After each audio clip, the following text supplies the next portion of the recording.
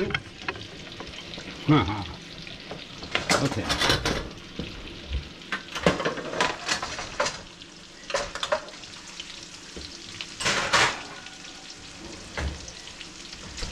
How's it going? Now we got our potatoes. Using the same oil and everything that we use to do our schnitzel, we are going to fry these potatoes up. Now they've been a little bit pre-warmed in the oven, you can tell. They're not cooked, but they're warm. This will help. I'm going to go ahead and toss a couple of potatoes in there. I'm going to toss some of the bacon on top. Kind of some of that flavor. Now I did add the bacon grease to this oil.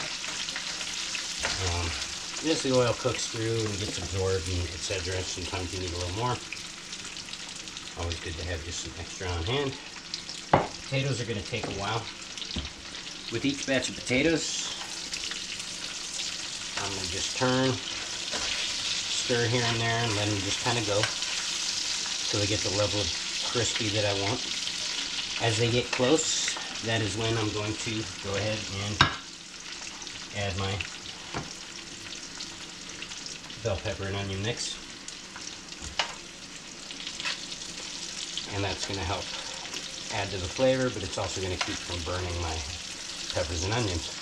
Now I don't want to add my peppers and onions too late because it doesn't give the onions time to caramelize. But I don't want to add them too early either because then they end up disintegrating and you basically might as well not have added them at all. But you notice we're getting the crispies from our schnitzel. And I'll keep bringing that bacon up top. Kind of add that smoky flavor and that bacon flavor to it. We've got one missing. There she is. And again, everything's going to go right back down into our oven, which is where I started the video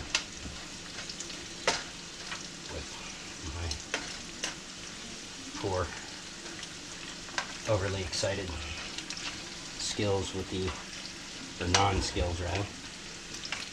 So you notice, depending on how thick or thin we slice these, they're frying up pretty good.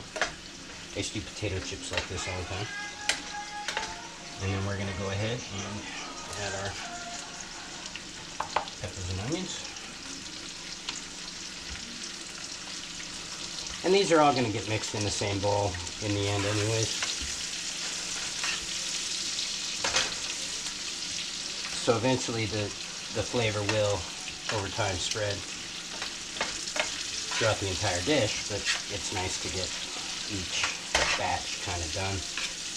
A lot of times I'll use a larger pan than this, but for this particular meal, this one's just fine. And I try to get those onions kind of down there on the bottom so that they have a chance to caramelize.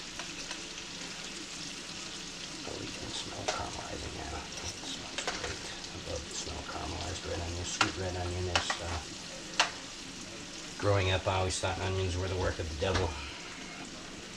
And nowadays there's something I could never live without. It's a little warm. Feel it, it's still a little warm. And I'm going to use the same pan because I can. It's going to go right back in the oven.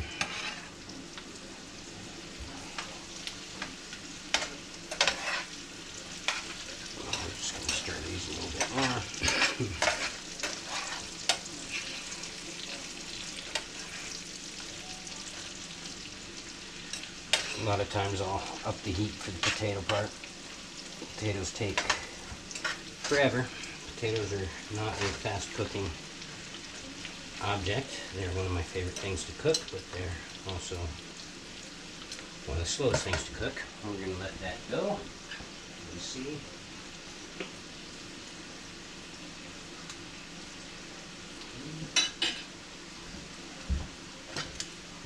Over time. Now we haven't seasoned any of this.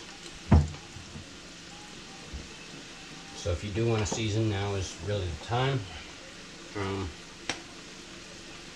We're just going to do a few taps of garlic and some salt, and that's about it. Not even a whole lot of salt because we've got the bacon. Just going to add some salt to it. The peppers are going to sweeten it up. Just a little bit of garlic just to kind of change the flavor profile. And because I'm making this for my grandmother as well, I want to make sure I don't overdo the seasoning. So garlic and salt is a pretty decent decision. Grab my potatoes and slide them out. When you're doing batches like this, it's impossible to get all of your bell peppers and onions out of there with the tongs, particularly without making a mess, as you can see. I'm getting as much as I can, and what's left is going to help season the next batch in, which is going to need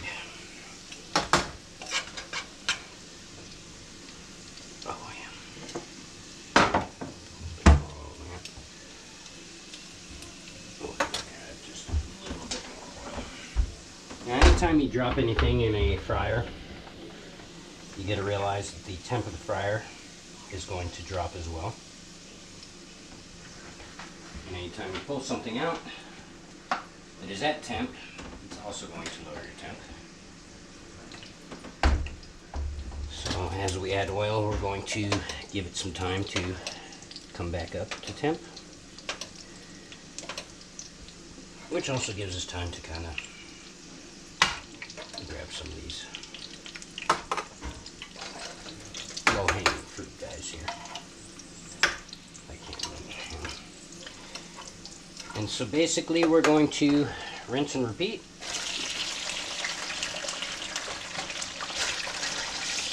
This same method until all of our potatoes and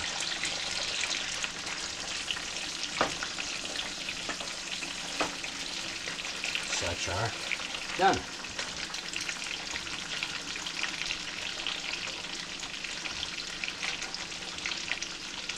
Which is fine. Time. We've got everything we need here. And we've got what's going to work out to, quite honestly, just about all 3 batches. So we're not looking at a whole lot of time. And that is kind of that, folks. We will catch you on the next one.